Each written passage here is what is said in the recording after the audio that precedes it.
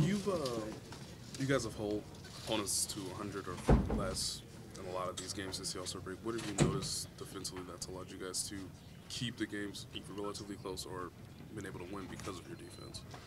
Well, I think just being more aggressive, with our bigs in the pick and roll, recovering and rebounding, that's always a key.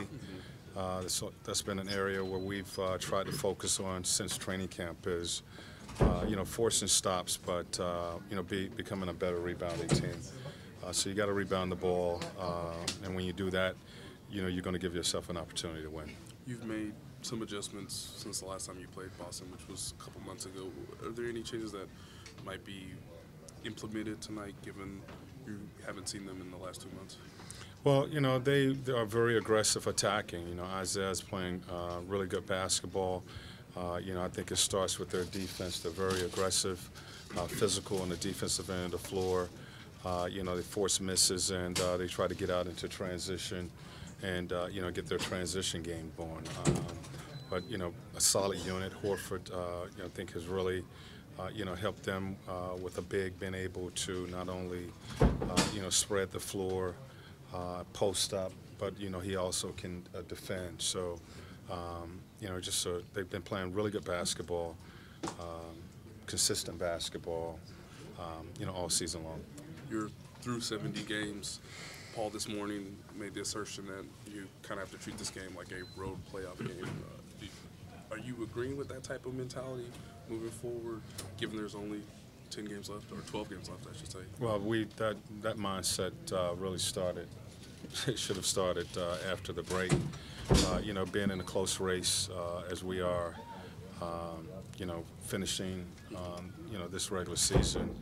Every game has to be played like that, and with the energy, the effort, the sense of urgency, the physicality of the game, just the level of play goes up a lot after the break because teams understand the position that they're in.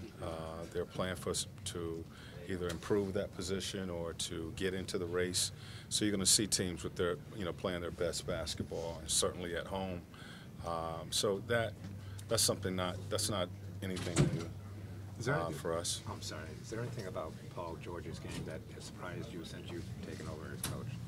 No. He's a guy he's a two-way player.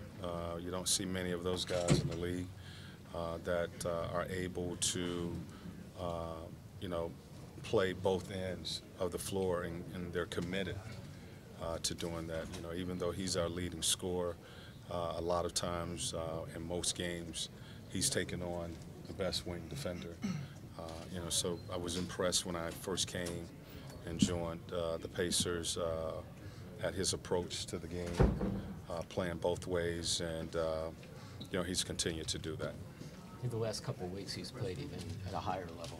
Any reason for that, or did you talk to him? Is he taking more of a leadership role down the stretch? Well, it's expected. It's just that time of the season where guys, you're expected to raise your level of play.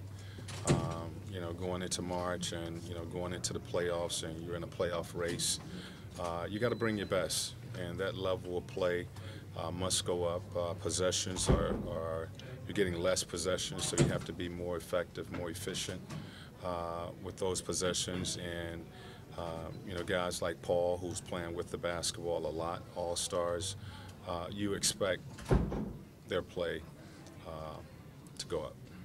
You gave Aaron some more minutes last game. Seemed to have some good moments. Is that something you want to see more? And just what did you see with Aaron back in? Well, look at that. Again, all of our guys are available, and I wanted to, get him back into rotation at the point position, and we talked about that. I talked about that with Stuckey and our guys, and we got Al back into rotation. So all of our guys are available. They got to be ready to play. There may be opportunities or times, during the course of the game, we're looking at matchups that we want, that they have to be ready to play. And, the matchup I wanted the other night was I wanted Aaron out there, and I wanted owl out there and try to take advantage of a matchup. It's a strange question because we're 70 games in, but do you have a good read on the team? I mean, this past month with win one, lose one.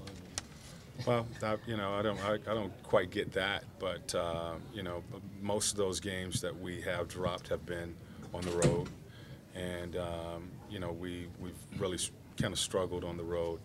We got to come with that same energy and even more on the road than we do at home.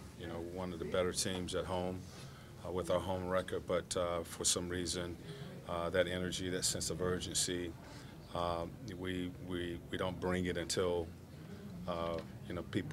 teams have punched us. So tonight, it's got to be right from the start. That focus, that's playing with that urgency. You got to be solid. You got to be hungry.